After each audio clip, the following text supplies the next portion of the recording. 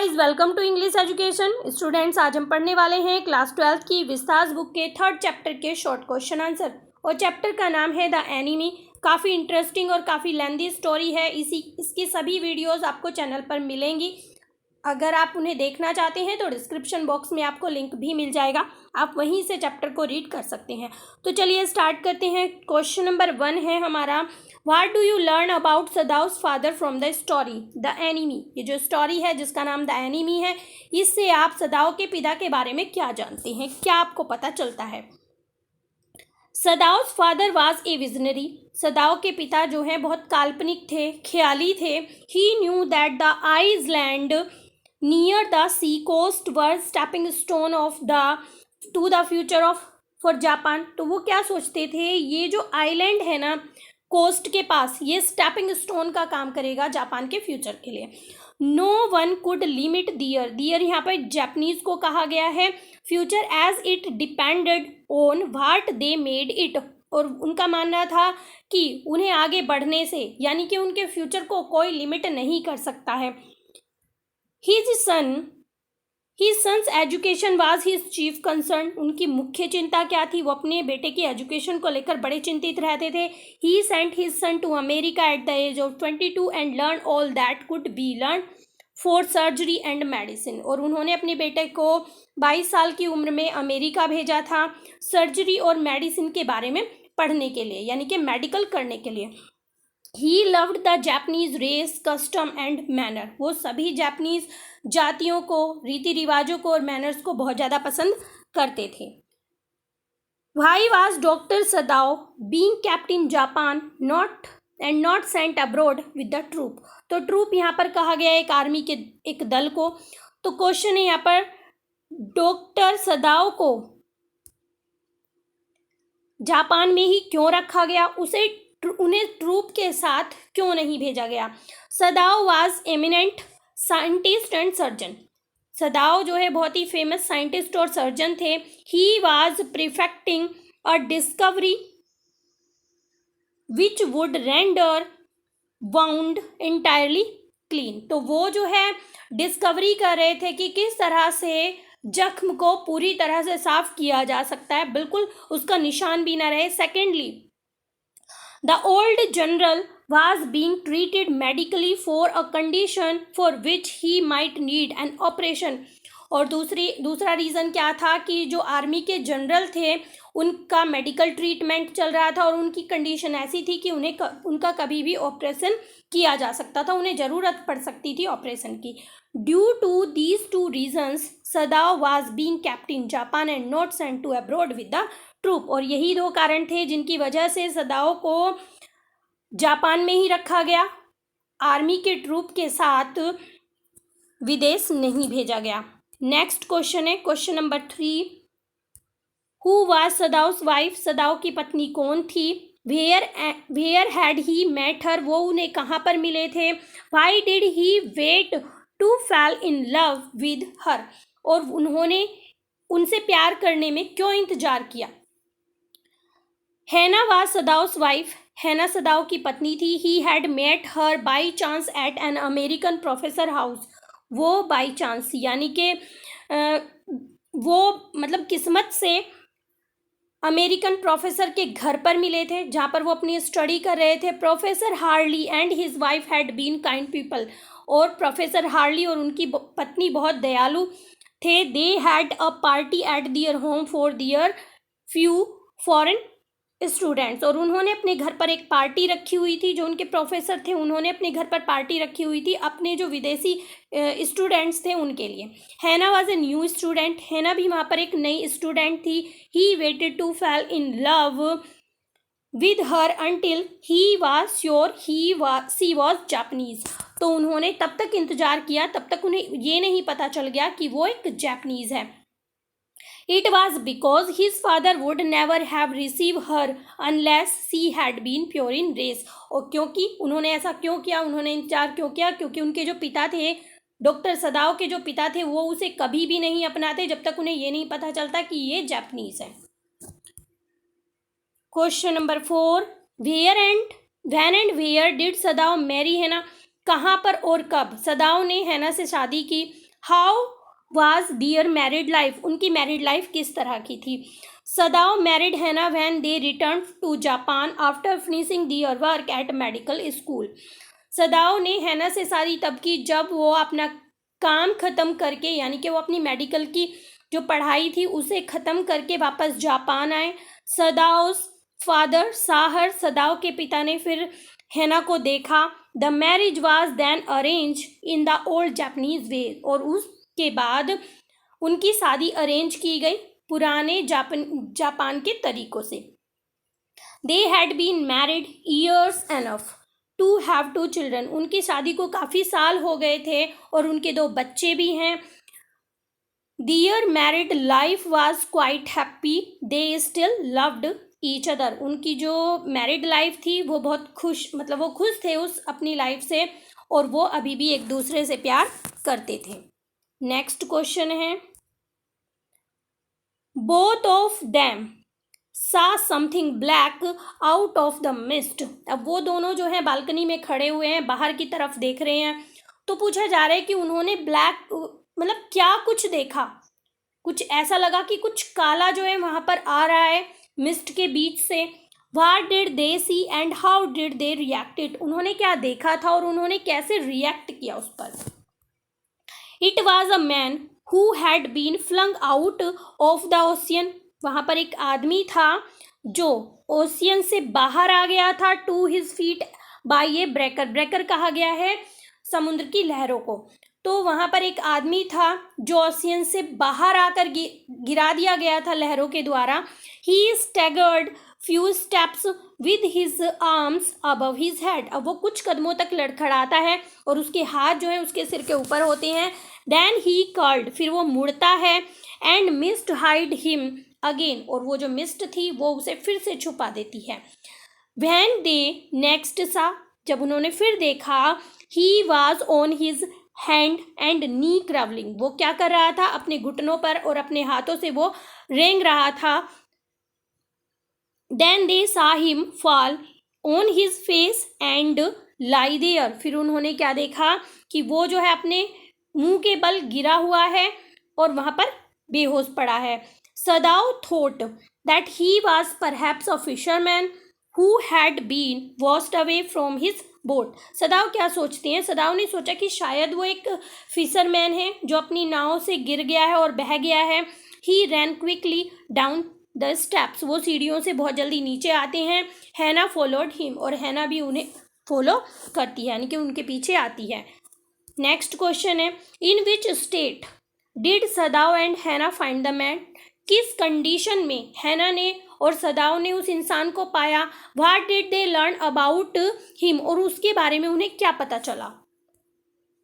The man ले motionless with his face in the sand, अब जो आदमी था वो बिल्कुल मोशनलेस था, कोई मूवमेंट नहीं कर रहा था और अपने फेस के बल सैंड, उसका जो फेस था वो सैंड के अंदर था.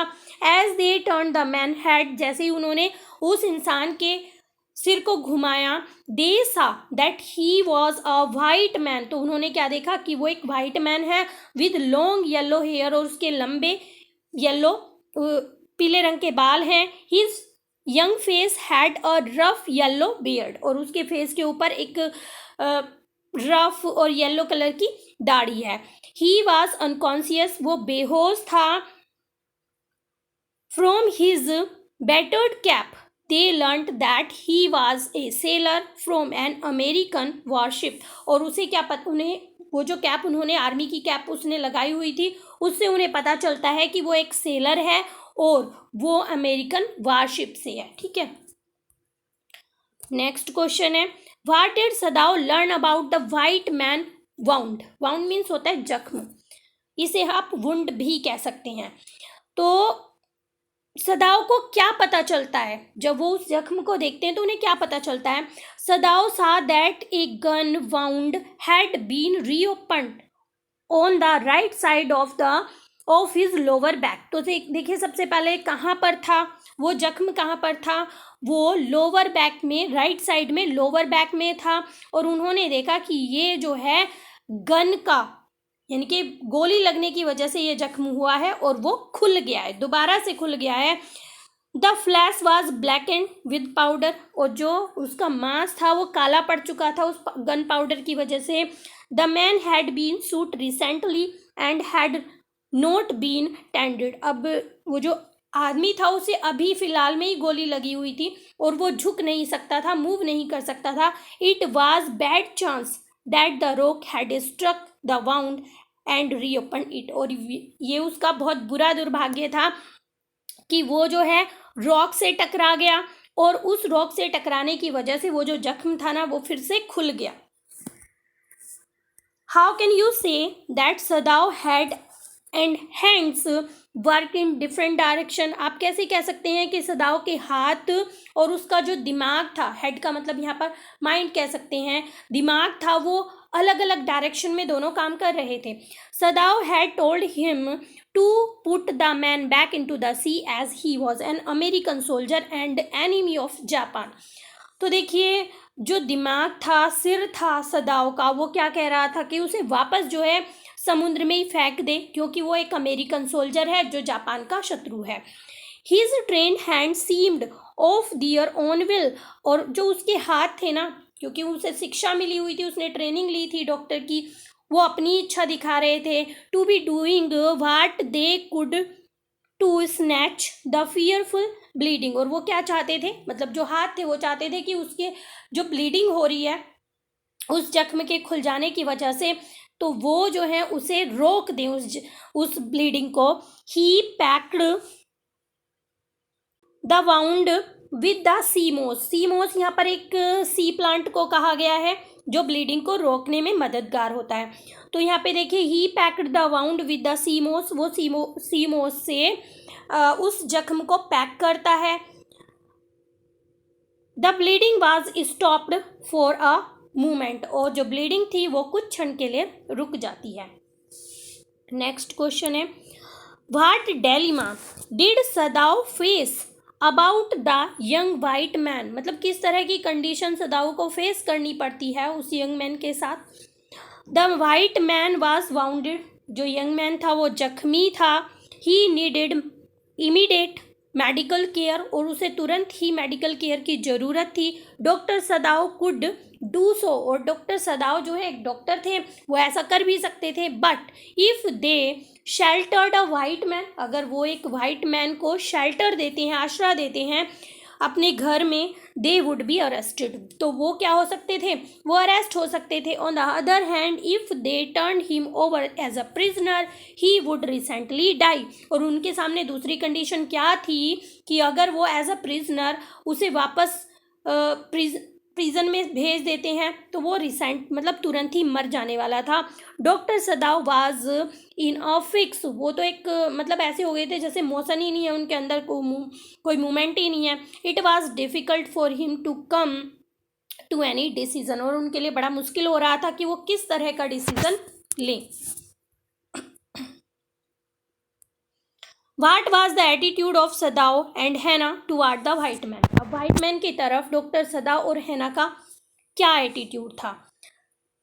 They stared upon the inert figure of the white man with the curious repulsion. मतलब बहुत ही क्यूरियस होकर, उत्सुक होकर वो उसे देख रहे थे.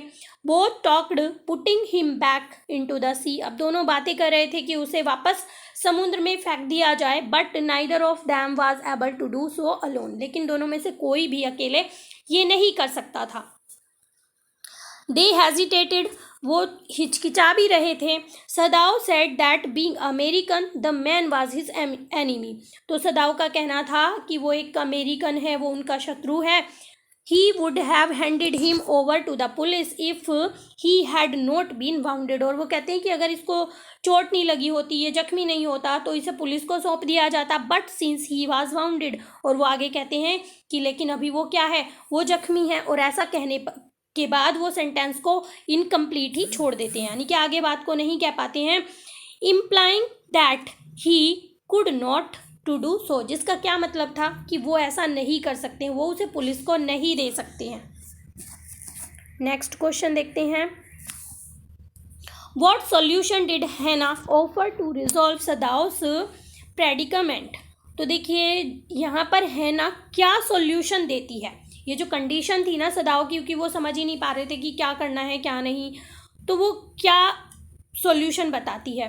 हैना found that neither of them could throw the white man back into the sea. तो यहाँ पर हैना क्या देख पाती है कि उन दोनों में से कोई सा भी इस लायक नहीं है कि उसे वापस समुद्र में फेंक दे। There was only one thing to do. अब उनके सामने बस एक ही चीज़ थी करने के लिए। They must carry the man into their house, कि वो उस आदमी को अपने घर में लेकर जाएं। They must tell the servant that they intended to hand him over the police, और वो सर्वेंट को बताएं कि वो जो है उसे पुलिस को सौंप देंगे। She reminded her husband of her position, और इसी टाइम पर जो है ना होती है वो अपने हस्बैंड को उसकी पोजीशन के बारे में भी याद दिलाती है कि तुम्हें अपनी पोजीशन का भी ध्यान रखना है। एंड चिल्ड्रन, और अपने बच्चों के बारे में भी उन्हें रिमाइंड कराती है। It would endanger all of them if they did not give that man over as a prisoner of war, और वो सब जो है खतरे में पड़ सकते थे अगर वो उस इंसान को as a prisoner of war नहीं सौंप देते हैं पुलिस को, आर्मी को। नेक्स्ट क्वेश्चन देखते हैं, how did Sadao and Hana take the man inside the house. तो सदाओ और हैना उस इंसान को अपने घर में कैसे लेकर जाती हैं।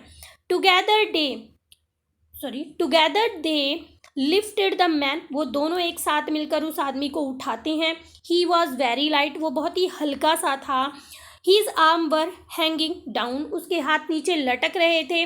दे carried him up the steps into the side door of the house, वो उसे उठाते हैं और सीढ़ियों से ऊपर लेके जाते हैं, जो साइड डोर होता है ना घर का, उससे उसे ऊपर लेकर जाती हैं। This door open into a passage, ये जो डोर था एक पासेज, गलियारा कह सकते हैं आप, गैलरी कह सकते हैं, उसमें खुलता था। Down to the passage they carried him toward an empty bedroom, और उस गैलरी से वो उसे एक एम्प्टी बेडरूम में लेकर जाते हैं। They laid the man on the deeply matted floor, और वो वहाँ पर उसे डीपली मैटेड फ्लोर के ऊपर लिटा देते हैं। नेक्स्ट क्वेश्चन है, हैना took out a soft quilt, quilt means होता है गद्दा, फ्रॉम द वॉल कपबोर्ड। हैना क्या करती है, एक सॉफ्ट सा गद्दा निकालती है कपबोर्ड से, अलमारी से। देन सी हेजिटेटेड व्हाई, और फिर उसके बाद वो हिचकती क्यों है। What did her husband suggest, इस पर उसके हस्बैंड उसे क्या सजेशन देते हैं। Why did she not agree, और वो सहमत क्यों नहीं होती है इस बात पर। देखिए, the quilt was covered with flowered silk and the lining was pure white silk. अब देखिए, जो क्विल्ट था वो पूरा सिल्क का बना हुआ था। पहले तो वो इसलिए हिचकिचाती है। Suddenly the man was quite dirty, और वो जो आदमी था ना वो बहुत ही गंदा हो रहा था। सो हैना हेजिटेटेड, इसलिए हैना हिचकिचा रही थी। Her husband suggested that he should be washed, और उसके हस्बैंड उसे सजेस्ट करते हैं कि हमें उसे धो लेना चाहिए, उसे साफ कर लेना चाहिए। He offered to wash him if she was willing to fetch water, और वो उसे कहते हैं कि वो उसे साफ कर देंगे अगर तुम पानी लेकर आ जाओगी। She could not bear for him to touch the man and offered to tell Yumi the maid. तो देखिए यहाँ पर यूमी कौन है, उनकी सर्वेंट है, टू वॉश हिम। तो वो नहीं चाहती थी, वो नहीं बर्दाश्त कर पा रही थी कि वो उसे टच करें, उसे वॉश करें, इसलिए उसने क्या कहा कि वो जो है यूमी को बुलाते हैं और वो उसे वॉश कर देगी। Why did Dr. Sadao had to touch the man? What did he observe? अब डॉक्टर सदाओ ने उस मैन को टच क्यों किया और उन्होंने क्या ऑब्जर्व किया, क्या देखा। The utter pallor of the man's unconscious face moved doctor Sadao first. सबसे पहले तो डॉक्टर सदाओ क्या करती हैं, वो जो अटर मतलब बोल रहा था, पीला पड़ा हुआ जो अनकॉन्शियस फेस था ना, उसको मूव करते हैं वो। फिर एंड फील हिज पल्स, और उसकी पल्स को फील करते हैं वो। इट वॉज फेंट, वो धीमी पड़ चुकी थी, बट इट वॉज देयर, लेकिन अभी भी वो चल रही थी, उनकी जो पल्स थी वो अभी चल रही थी। Then he put his hand against the man's cold breast, और फिर वो उस इंसान की जो कोल्ड ब्रेस्ट थी उसके ऊपर हाथ रखते हैं। The heart too was yet alive, उसका जो हार्ट था ना वो अभी भी काम कर रहा था, वो जिंदा था. He observed that the man would die unless he was operated on, और वो जो है देखते हैं कि अगर इस इंसान का ऑपरेशन नहीं किया गया तो वो मर जाएगा. Next question is, why did Hana come behind Sadao when he went out of the room quickly. जैसे ही सदाव बाहर आते हैं तो हैना क्यों जल्दी से बाहर आ जाती है. Hana did not wish to be left alone with the white man. Hana नहीं चाहती थी कि वो वाइट मैन के साथ अकेली रहे. He was the first she had seen she left America, मतलब उसने जब से अमेरिका छोड़ा था तो उसने पहली बार किसी वाइट मैन को देखा था. He seem to have nothing to do with those whom she had known there, मतलब वो उसका कुछ लेना देना भी नहीं था उससे जिसे वो जानती भी नहीं थी और वो वहाँ पर था. Here he was her enemy, और वो वहाँ पर उसका शत्रु था. मीन्स लिविंग और डेड, और वो क्या सोच रही थी कि चाहे वो जिए या फिर मरे उसका कुछ उससे लेना देना है नहीं. नेक्स्ट क्वेश्चन है, how did the servant react when their master told them about the wounded white man. अब जो सर्वेंट्स थे उनका क्या रिएक्शन था जब उन्हें बताया गया उस जख्मी वाइट मैन के बारे में. The servant were frightened and puzzled. अब जो सर्वेंट थे पहले तो वो डर गए, बड़ा कंफ्यूज हुए वो. The old gardener told Hana that the master ought not to heal the wound of the white man. अब जो गार्डनर होता है ना, जो ओल्ड गार्डनर है, वो पहले से ही उनके घर में रहता था जब से डॉक्टर सदाव छोटे थे. तो वो क्या कहते हैं कि उस वाइट मैन को, मास्टर को हील नहीं करना चाहिए, उसका इलाज नहीं करना चाहिए. He said that the white man ought to die, कि मर जाना चाहिए उस इंसान को. फर्स्ट ही वाज शूट, सबसे पहला तो उसे शूट किया गया है. Then the sea caught him, फिर समुद्र ने उसे पकड़ लिया. वाउंडेड हिम विद हर रोक, और अपनी रोक से उसे जख्मी किया है. If the master heal what the gun and the sea had done, they would take revenge on them. तो मतलब यहाँ पर उसकी सोच एकदम अलग है. वो ये सोचता है कि मतलब गन ने ये काम किया है, समुद्र ने ये काम किया है, अगर वो ऐसा करेंगे तो उनसे बदला लिया जाएगा. आगे देखते हैं, why had Hana to wash the wounded man herself. ऐसा क्या हुआ कि हैना को खुद से उस जख्मी इंसान को वॉश करना पड़ा. Hana told Yumi to fetch hot water and bring it to the room where the white man was. तो हैना ने यूमी से कहा कि गर्म पानी लेकर आओ और उसे उस कमरे में लेकर जाओ जहाँ पर वो वाइट मैन है. Yumi put down the wooden basket. अब यूमी ने क्या किया, उस वुडन बास्केट को वो ले गई और वहाँ पर रख दिया. But refuse to wash the dirty white man, लेकिन उसने मना कर दिया कि वो इस वाइट डर्टी मैन को साफ नहीं करेगी. हैना क्राइड एट हर. अब हैना जो है उसके ऊपर चिल्लाती है इस बात पर. She told her to do what her master command her to do. तो वो क्या कहती है कि तुम्हें वही करना पड़ेगा जो तुम्हारे मास्टर यानी कि मालिक तुम्हें करने के लिए कहते हैं. They frigid look of resistance upon Yumi's dull face made Hana afraid. लेकिन वो यूमी का जो फेस देखती है ना, उसके जो एक्सप्रेशन देखती है उससे वो डर जाती है. Under the circumstance Hana had no option but to wash the white man herself. अब ऐसी परिस्थिति में हैना के पास और कोई ऑप्शन था ही नहीं और उसे जो है अपने आप से वॉश करना पड़ता है उस वाइट मैन को. हाउ डिड हैना वॉश द वाउंडेड मैन. किस तरह से हैना ने उस वाउंडेड मैन को वॉश किया. फर्स्ट हैना अनटाइड द नॉटेड रग that keeped the white man covered. तो सबसे पहले तो वो जो कपड़ा बांधा हुआ था उस वाइट मैन के ऊपर, पहले उसे खोलती है. When she had his breast bare. जब वो अपने उसके चेस्ट के ऊपर से, ब्रेस्ट के ऊपर से कपड़े को हटाती है. She dipped a small clean towel into the steaming hot water and washed his face carefully. फिर वो छोटे से टॉवल को उस गर्म पानी में डिप करती है, भिगोती है और उसके फेस को बड़ा केयरफुल्ली साफ करती है. She kept on washing him until his upper body was quite clean. अब वो तब तक तो वॉशिंग करती रहती है, जब तक उसका अपर बॉडी होती है तब तक तो वो उसे साफ करती रहती है. But she dared not turn him over for fear of the wound. लेकिन वो हिम्मत नहीं जुटा पाती है कि वो जो उसका जख्म था ना वो उसे साफ कर सके.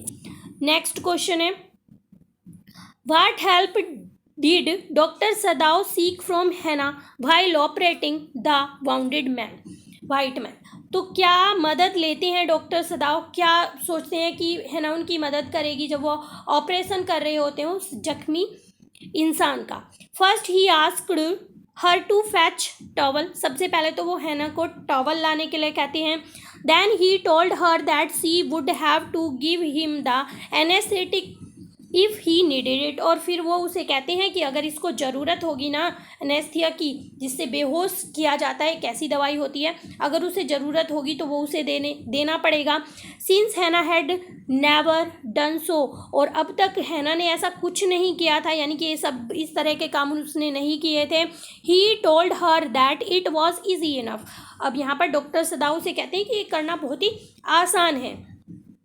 He asked her to soak the cotton with anesthetic and hold it near his nostril, अब वो उसे कहते हैं कि ये जो कॉटन है उसे इस दवाई में जिससे बेहोश किया जाता है उसमें सोक करे, उसे भिगोए और उसके नॉस्ट्रिल के पास, उसकी नाक के जो छेद हैं उसके पास लाकर वो उसे पकड़ ले।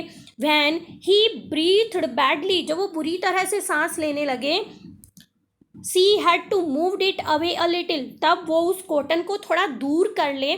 Thus Hana proved herself helpful to her husband, इस तरह से हैना जो है अपने हस्बैंड की मदद करती है और उसके लिए हेल्पफुल साबित होती है। तो यहीं पर हम अपने इस पार्ट को करते हैं कंप्लीट। काफ़ी लेंथी चैप्टर है तो क्वेश्चन आंसर भी आपके काफ़ी हो जाएंगे। नेक्स्ट वीडियो में हम सभी क्वेश्चन आंसर को कंप्लीट कर लेंगे, तो एक लाइक करके ज़रूर बताएं कि वीडियो आपको कैसी लगी है।